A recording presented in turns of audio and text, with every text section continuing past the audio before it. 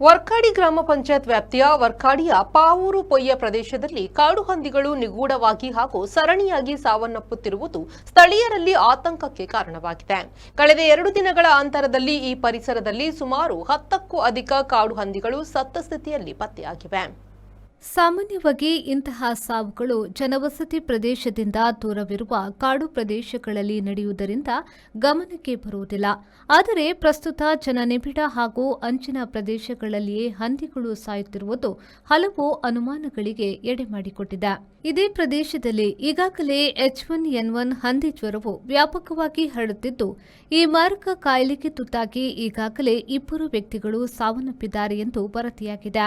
ಈ ಗಂಭೀರ ಪರಿಸ್ಥಿತಿಯ ನಡುವೆಯೇ ಕಾಡು ಹಂದಿಗಳು ಅನಿರೀಕ್ಷಿತವಾಗಿ ಸಾಮೂಹಿಕವಾಗಿ ಸಾವನ್ನಪ್ಪುತ್ತಿರುವುದು ಸಾರ್ವಜನಿಕರಲ್ಲಿ ತೀವ್ರ ಗೊಂದಲ ಮತ್ತು ಭೀತಿಯನ್ನು ಸೃಷ್ಟಿಸಿದೆ.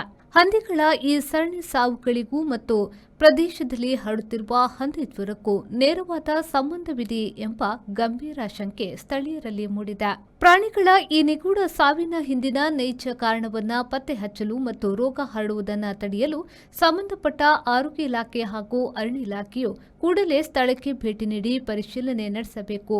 ಸತ್ತ ಹಂದಿಗಳ ಮಾದರಿಯನ್ನು ಸಂಗ್ರಹಿಸಿ ಲ್ಯಾಬ್ ಪರೀಕ್ಷೆಗೆ ಒಳಪಡಿಸಬೇಕು ಹಾಗೂ ರೋಗ ನಿಯಂತ್ರಣಕ್ಕೆ ತುರ್ತು ಮುನ್ನೆಚ್ಚರಿಕಾ ಕ್ರಮಗಳನ್ನು ಕೈಗೊಳ್ಳಬೇಕು ಎಂದು സ്ഥലീയ നാഗരികರು തീവ്രವಾಗಿ ഒത്തായിಸಿದ್ದಾರೆ.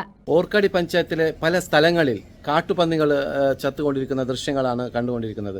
ഏകദേശം 3-4 ദിവസങ്ങളായി 10-ൽ കൂടുതൽ കാട്ടുപന്നികളാണ് ഇവിടെ ചത്ത് കിടന്ന് വീണത്. തോട്ടങ്ങളിൽ, റോഡരികളിൽ ഇങ്ങനെ കാട്ടുപന്നികൾ ചത്ത് കാണുന്ന ദൃശ്യങ്ങളാണ് നാട്ടുകാരെ ശ്രദ്ധപ്പെട്ടത്. ഇവിടെ കുറച്ച് ദിവസങ്ങളായി H1N1 കൂടുതൽ വ്യാപിക്കുന്നത് കൊണ്ട് ആൾക്കാരുടെ ജനങ്ങളുടെ ഒരു ഭീതി സൃഷ്ടിക്കുന്നുണ്ട്.